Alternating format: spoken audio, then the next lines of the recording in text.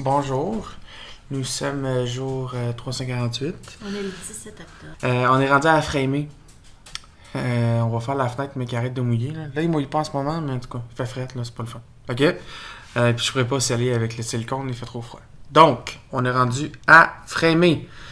On a essayé un, il était un petit peu trop court. On l'a ajusté. On va l'utiliser par Il est à bonne grandeur. Donc, voici ce que nous allons faire.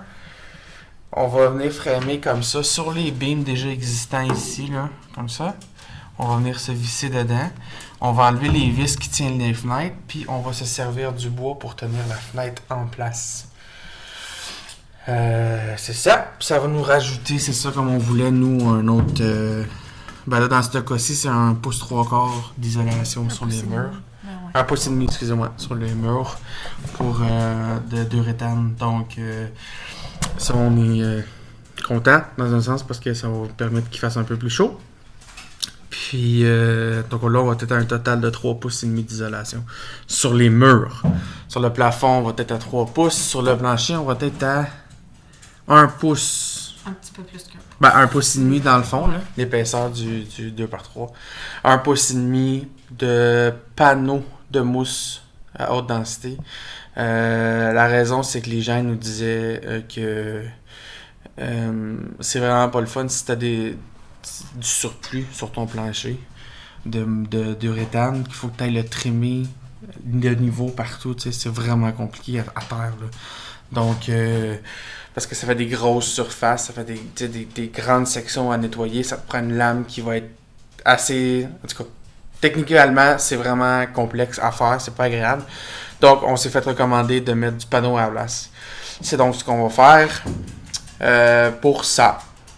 Ceci étant dit, on continue de couper, puis on va vous revenir avec un petit time-lapse là, de qu'est-ce que ça a de l'air de nous qui installe là. Tout ça, là. Bye!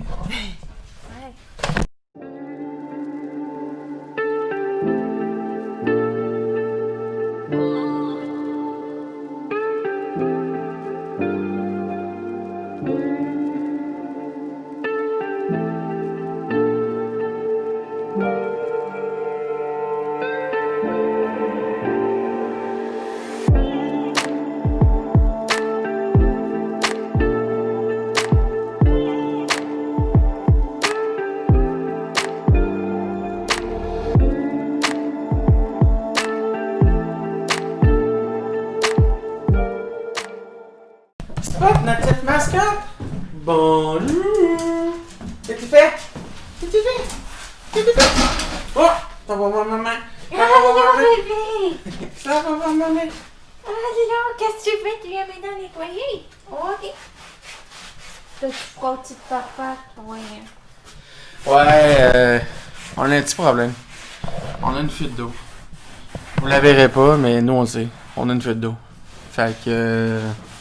Elle est en haut plafond. ouais, c'est ça. Le plafond, probablement 2 tôles qui viennent... Ben, il y a un joint, dans le fond, là. On peut voir ici, c'est des rivets. De l'autre côté, c'est des rivets, ce qui veut dire qu'entre les deux ici, il y a un joint de tôle de plafond. Donc, la tôle extérieure, elle vient faire un overlap. Elle vient se joindre une par-dessus l'autre, chaque côté ici. Pardon. Poussière de bois.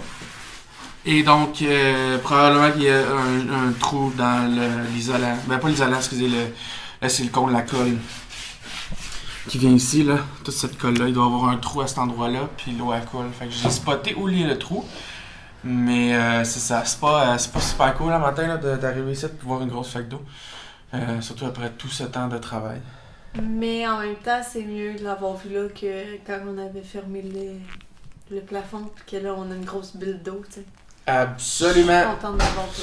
Absolument. On est beaucoup plus. On est quand même très content de l'avoir identifié, de l'avoir vu là, avant que ce soit catastrophique. Donc, catastrophique. Donc, tout ça pour dire qu'on a terminé de couper tous les morceaux. Comme ça ici. Ils viennent tous à peu près tous à la bonne longueur. Regardez ça, comment c'est bon. On les a pas mesurés 2 fois, on les a juste... On a mesuré 1, 2, 3, puis après ça, on les a tous coupés. D'un longueur. Donc, ça arrive quand même très bien. On est super content. Donc, voilà. On prend une petite pause, on va aller dîner. Puis on va revenir après. Ciao! Salut! Donc, bonjour, bonsoir, bonjour, bonsoir. Bonne fête avec des ballons, avec un petit clown. François Pérus. Donc, on est en train d'installer les montants. On est le 21 octobre. Bon, ok, donc, on est en train de faire les montants, les supports, les soutiens, les ça, là. Comme ici. Vous pouvez voir, notre premier est installé. De la façon qu'on procède est assez simple. Ok, je suis en train d'avoir garé ma mèche. Donc, Julie pré-perce. Spot. Faut pas japper, s'il vous plaît. Ok. Donc, en fait, j'avais fait quand toi tu perçais. Ouais, c'est ça. Donc, c'est vraiment facile. On installe le morceau. On perce en haut, en bas. On met 2 vis. Puis ensuite, on perce dans le milieu, dans le milieu, dans le milieu. Puis, on met 5 vis par montant. Ça n'a pas l'air de vouloir bouger. Je bouge le bus au complet. Donc, on perce avec ça. En premier pour aller jusque dans le fond. C'est des auto-perçantes. Le problème, c'est que le filet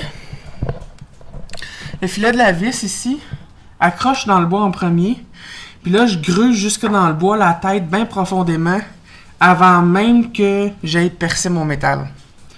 Donc, pour cette raison, je pré-perce avec ma bite ici jusque dans le métal. Je fais un petit trou.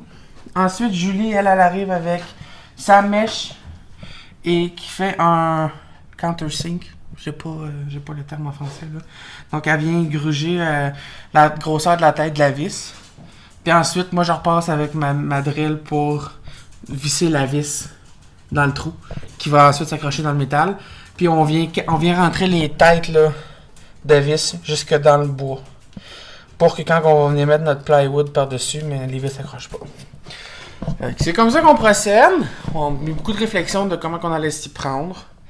C'est le moyen qu'on a décidé de faire. Jusqu'à date, jusqu'à date, le premier, ça fonctionne très bien. Donc, on est content.